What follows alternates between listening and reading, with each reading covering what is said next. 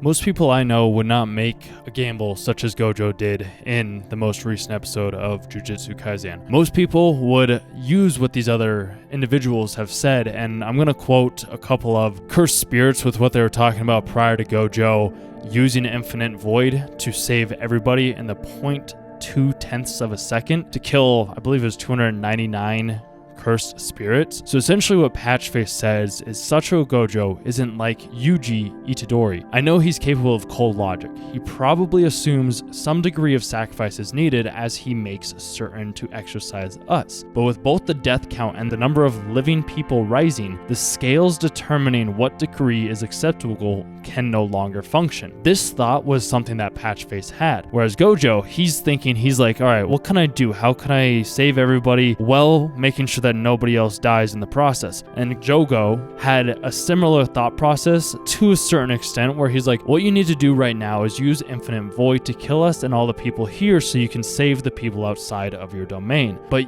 you're incapable of doing this because the sacrifice you're willing to accept are killing people by cursed spirits, not people killed by Satoru Gojo. Now think, ponder it, focus your mind. That's exactly what Gojo did. He did think, he did ponder, and he made a decision. He took a gamble. He's like, you know what? This is the one thing that I know will help me to ensure that I can protect everybody, to make sure that I can save all the people that I need to. And you might be thinking, yeah, but he got trapped in the prison realm at the end of this. Like, he fell right into their trap. He had no way of knowing that it would be a trap. He took the gamble regardless of the outcome and did what he was required to do because he knew that there was going to be people behind him that would back him up. He understood that as long as he took his gamble, as long as he took the process of doing what he needed to do, as long as he gambled his own, being his own life, he'd be able to create the world and save all the people around him. He didn't know what was going to happen afterwards. He had no idea that he was going to be presented with the prison realm and getting trapped. It's just he knows deep down that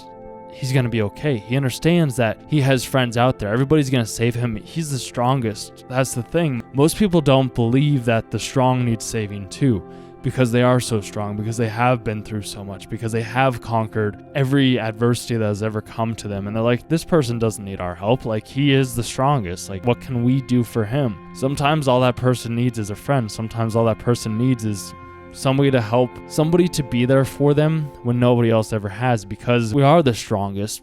And people that watch my channel, I know that you guys are strong as well. When we have that inner strength, we have to fight our own battles. Nobody fights the battles for us. Gojo, he fought his own battle. He made the decision that he was going to make a calculated gamble, to use domain expansion, to kill all 299 cursed spirits in that area without harming any of the humans involved. Most of my friends, a couple of my friends, not all of them, they wouldn't make that decision for their entire life.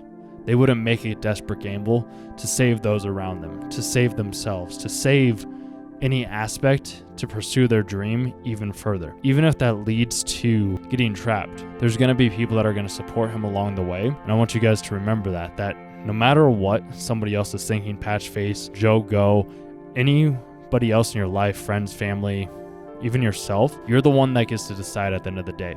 You're the one that gets to make the gamble. You're the one that gets to determine how you live your life. Just remember that.